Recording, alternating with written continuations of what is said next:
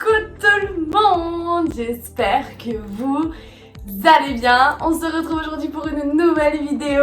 Comme vous l'avez vu dans le titre, on va parler de solitude aujourd'hui. Ça sera une vidéo 100% développement personnel. Avant toute chose, je vous laisse aller checker tous mes réseaux sociaux, tout est en description. Je vous laisse vous abonner à ma chaîne. Et c'est parti!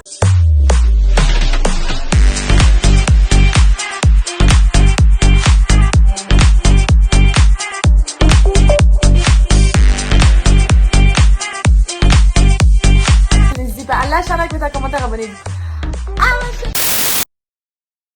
Du coup, je voulais vous faire cette vidéo pour deux raisons. La première, c'est parce que avec l'expansion des réseaux sociaux et des médias, je trouve qu'on arrive à un isolement de la population, on sort plus beaucoup, on est terré chez nous sur nos téléphones, sur nos iPads, etc. Donc je trouvais ça important d'en parler. Et puis j'habite seule depuis que j'ai 18 ans et demi, quelque chose comme ça.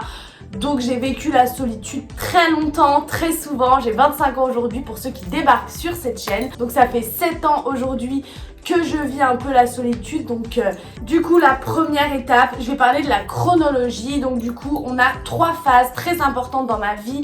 On a la phase où j'ai eu mon premier appartement, la phase où je suis partie 6 mois à l'étranger et la phase où je suis rentrée à Lyon tout simplement dans ma vie. La première chose que j'avais à vous dire, c'est que j'ai pris mon indépendance donc à 18 ans et demi, 19 ans. Je suis partie à Paris dans le cadre de mes études et c'est là que j'ai découvert la solitude profonde, à savoir que les 6 premiers mois ils étaient extraordinaires, ça a été vraiment la révélation. J'établis mes propres règles chez moi, j'ai personne pour me dire quoi manger, quoi faire, c'était vraiment le top du top. J'ai vécu 6 mois de rêve. Et puis même j'établissais mon propre rythme, c'est-à-dire que si je voulais sortir, je sortais, j'établissais mon propre couvre-feu. Rien que le fait de cuisiner ses propres repas, je trouvais ça génial. Je me disais mais je mange ce que j'ai envie de manger, rien que ça. Mais c'est vrai que cette période où l'euphorie de la solitude était là, l'euphorie de la liberté, de l'indépendance était là, ça a duré seulement 6 mois.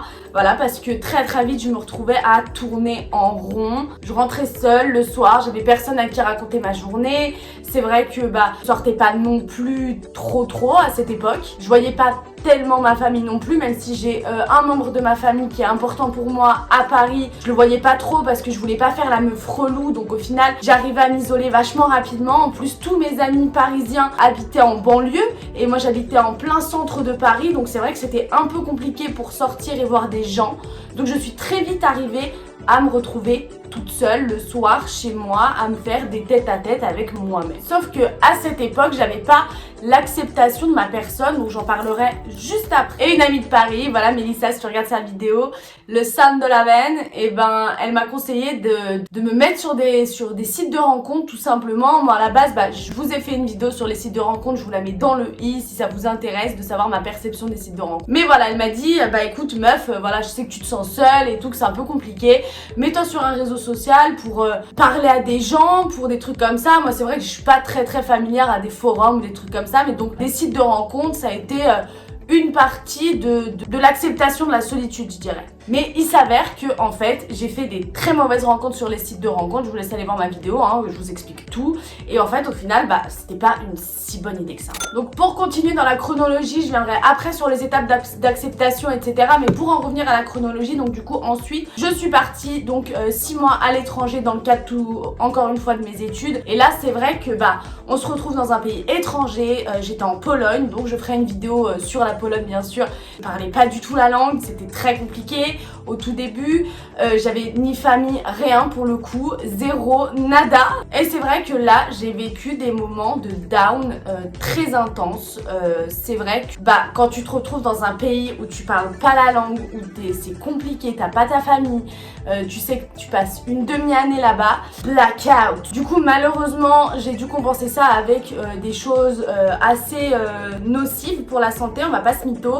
J'ai dû compenser ça avec l'alcool, bien entendu en Pologne c'est très peu cher, etc. Je fais pas l'apologie, bien au contraire aujourd'hui j'ai arrêté toute consommation d'alcool. Mais voilà, j'ai dû compenser à cette époque et c'est vrai que c'était très difficile. Après c'est vrai que je me suis fait quelques amis, j'avais Anya, j'avais quelques potes, j'avais des Américains qui étaient venus aussi. Enfin voilà, je m'étais fait plein d'amis donc on sortait vachement.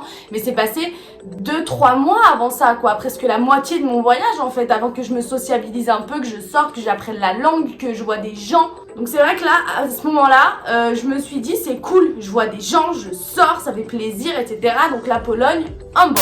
Ensuite, chronologiquement, donc il y a eu encore 6 mois, 1 an de Paris, mais bon, la solitude du coco, je vais vous expliquer après comment j'ai pallié à ça. Et ensuite, je suis rentrée à Lyon, donc justement pour quelques raisons.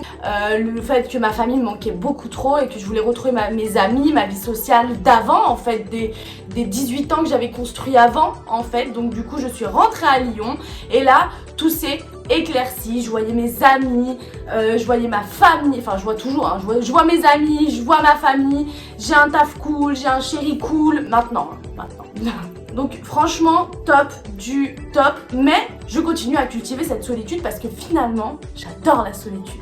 Maintenant, je vais passer aux étapes d'acceptation de la solitude. Alors c'est vrai qu'à Paris, j'ai eu quelque chose qui m'a sorti, qui m'a vraiment sauvé la vie par rapport à ça. C'est Disneyland. J'avais le pass annuel, donc illimité à l'époque, et j'y allais quasiment tous les jours. Pour vous illustrer, je suis retournée à Disney avec mon pass. Je suis allée au bureau des passeports, il n'y avait personne. Et là, je lui ai demandé de le remagnétiser. Il m'a dit que j'avais fait 748 visites en 3 ans. Je vous laisse imaginer. Donc ça a été mes premières sorties seules. C'est vrai que jamais auparavant, déjà c'est encore d'actu aujourd'hui, jamais auparavant j'aurais pensé pouvoir kiffer Disneyland seule. Je vois rarement de personnes faire Disneyland seule. Et tout le monde, même à l'heure actuelle, parce que j'y suis retournée il y a quelques mois à Disney, je vous laisse aller voir mon vlog de mon comeback à Disney. Je ne pensais pas pouvoir faire Disneyland seule, alors que j'ai jamais autant kiffé un Disney que seul maintenant en fait, parce que tu te retrouves dans ta tête, dans ton monde, tu fais ce que tu veux au moment où tu le veux. Je mettais toute la playlist de Disney dans mes oreilles toute la journée et là ça tournait, j'allais à droite, à gauche. Vraiment à l'heure actuelle, d'ailleurs mon comeback à Disney s'est fait toute seule. Je kiffe aller à Disney toute seule, vraiment. Et puis c'est vrai que on va pas se mytho, j'ai un métier. J'avais un métier, l'hôtellerie, qui t'isole beaucoup. On a des horaires tellement difficiles qu'au final tu vis avec tes collègues, ça devient tes amis ou non, hein, ça dépend. Hein. Statut visé. Mais du coup c'est vrai que c'est un métier qui isole beaucoup, qui fait que on est souvent très très seul et que on a des horaires tellement compliqués qu'au final on se retrouve le soir tard ou alors on va en boîte mais après on est KO le lendemain. Enfin bref, c'est un peu compliqué le milieu de l'hôtellerie-restauration, donc clairement ça isole. Pour en revenir à Disney, en fait, du coup le midi forcément je mangeais toute seule, moi je kiffais, je mettais des vidéos de Disney sur mon téléphone pendant que je mangeais, je kiffais de ouf. C'est vrai que les gens me regardaient un peu bizarre, mais en fait le regard des gens au final j'ai appris à en avoir rien à faire, clairement. Et donc c'est à la suite de quelques visites à Disney que j'ai commencé à faire des restaurants toute seule, des cinémas toute seule. Et j'ai commencé à apprécier, être dans ma tête, être avec moi tout simplement et kiffer un moment de se retrouver avec sa personne. Après, toutes les activités que je fais toute seule, il y a un point commun à ça, c'est que j'avais soit de la musique, soit une vidéo, soit quelque chose qui occupe un petit peu mon cerveau aussi. Ça m'a beaucoup aidé et ça m'aide encore aujourd'hui. Je suis allée au cinéma récemment voir le film Aline, je sais pas si vous l'avez vu, dites-le moi en commentaire. Et du coup je suis allée le voir toute seule et en fait sur le chemin j'ai mis de la musique, j'écoute Love in Fun, j'écoute pas mal de trucs qui font que ouais c'est cool en fait, tu te balades, t'es content, tu vas à ton rythme, tu fais ce que tu veux. Il y a 3 avantages à faire des trucs seul, c'est que tu ne dépends de personne, tu fais ce que tu veux, tu te retrouves avec toi et en plus t'as le regard de personne à côté de toi quoi, je veux dire c'est cool. Que ce sont 3 raisons qui font que ça motive encore aujourd'hui à cultiver cette solitude. Mais c'est vrai qu'on va passer aux étapes de down parce que ça a l'air tout beau, tout rose de faire des moments tout seul. Mais c'est vrai que il m'arrive des fois d'être un peu en mode ah merde, genre là je me sens seule abandonner parce que c'est vrai que j'ai un gros problème au niveau de l'abandon. Donc quand je suis toute seule chez moi à rien faire et que soit mon mec qui sort, soit j'ai mes potes qui sont pas dispo ou des trucs comme ça, je me dis wow, tout le monde m'abandonne, personne ne m'aime. Donc ça m'arrive d'avoir des moments de down, mais j'ai une solution. Vous mettez votre film préféré, vous commandez votre plat préféré ou vous le faites, hein, peu importe. C'est vrai que en fait le point commun entre tout ce que je dis, c'est qu'il faut compenser. C'est vrai qu'il y a des personnes qui compensent avec peut-être le sport, avec peut-être la lecture, avec des activités, des hobbies tout simplement. C'est vrai que compenser ça avec la nourriture ou l'alcool, je sais pas du tout pour faire l'apologie de quoi que ce soit, on va pas se mytho. Mais aujourd'hui, vu que je tiens à garder une hygiène de vie quand même assez saine, c'est vrai que je compense plus trop avec la nourriture, mais plus avec justement les vidéos YouTube, le montage vidéo, quand j'ai pas grand chose à faire, quand j'ai une idée, je me mets à la rédaction pure et dure d'une vidéo, je la filme, je la monte et là je suis très contente, ça pallie à ma solitude, ça prend du temps et je suis beaucoup plus concentrée et ça va beaucoup mieux. Donc en fait il faut trouver quelque chose pour compenser mais qui vous va bien en fait, tout simplement. Du coup, on va pas se mytho. Aujourd'hui, je vis un grand chamboulement dans ma vie. C'est que, comme vous le savez, vous avez vu mon vlog week-end anniversaire avec mon chéri. Ça fait 1 an que je suis en couple avec mon chéri, mais qui est dans mon sillage amical depuis un moment. Je vous laisse aller regarder ma vidéo Dr Love, hein, si vous voulez plus d'informations également.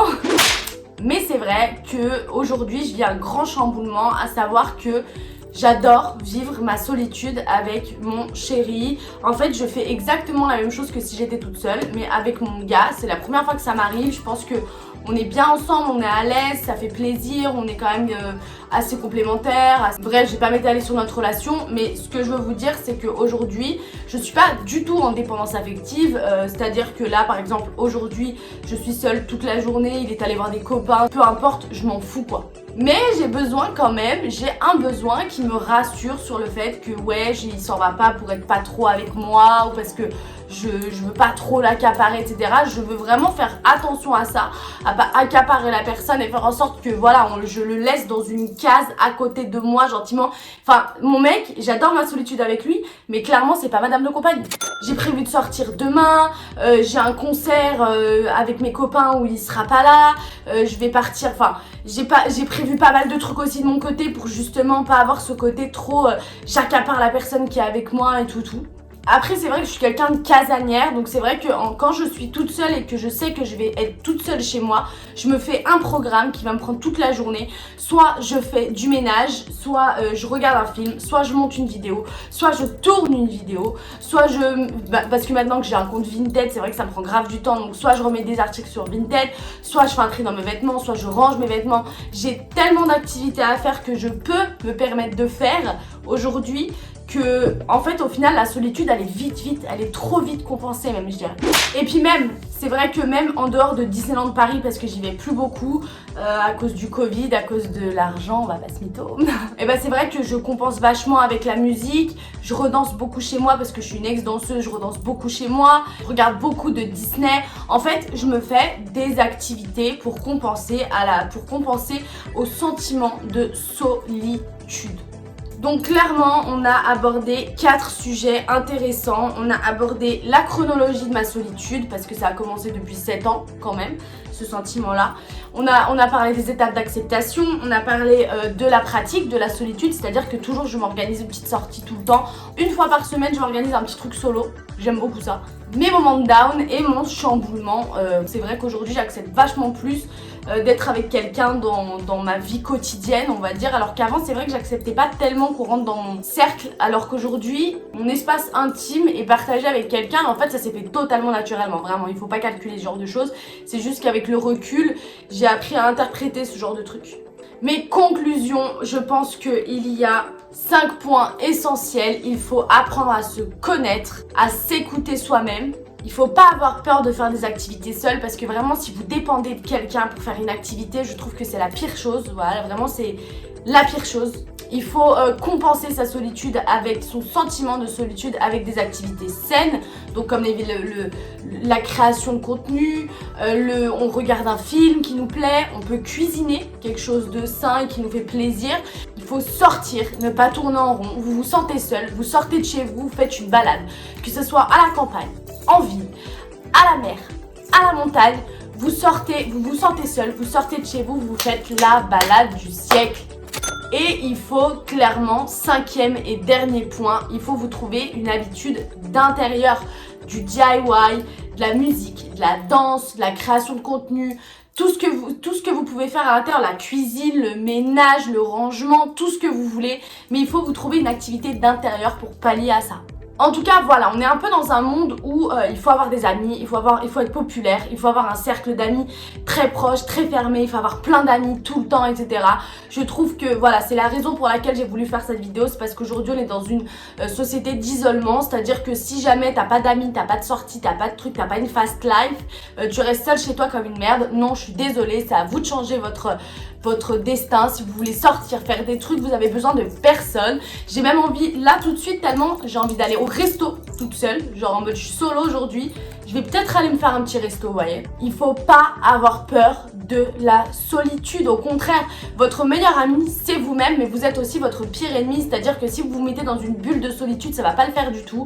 Soyez votre meilleur ami, apprenez à aimer votre intérieur, votre cerveau, la personne que vous êtes, apprenez à l'aimer. Je parle pas du physique, clairement là le physique il est hors propos, je parle vraiment de la personne que vous êtes, la personnalité que vous avez.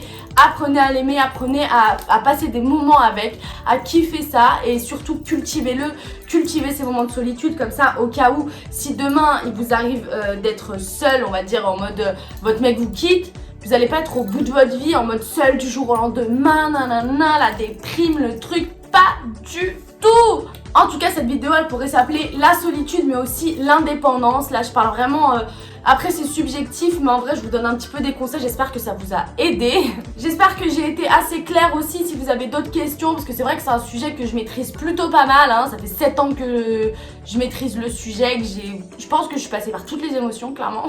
J'ai pas été très marrante sur cette vidéo parce qu'en fait je prends ça très au sérieux parce que ça m'a fait beaucoup de mal dans ma vie mais aussi beaucoup de bien. Mais avec le recul ça m'a fait plus de bien que de mal en fait. Le mal ça a été juste l'acceptation et le down de l'euphorie d'avoir eu son indépendance tôt quoi. N'hésitez pas à me dire en commentaire si vous aussi vous avez vécu ce style de moment un petit peu de down, de solitude, d'indépendance etc. Si vous aussi vous avez pris le contre-coup de l'indépendance assez tôt, si vous aussi déjà vous habitez seul depuis un moment, et n'hésitez pas à me DM sur Instagram, je vous répondrai comme ça, venez on est seul ensemble les gars.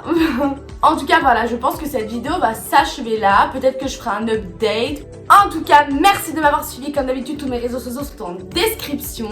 Et merci de m'avoir suivi, on se retrouve la semaine prochaine pour une nouvelle vidéo. N'hésitez pas à lâcher un like, un commentaire, abonnez-vous à ma chaîne, on se retrouve très bientôt pour une nouvelle vidéo.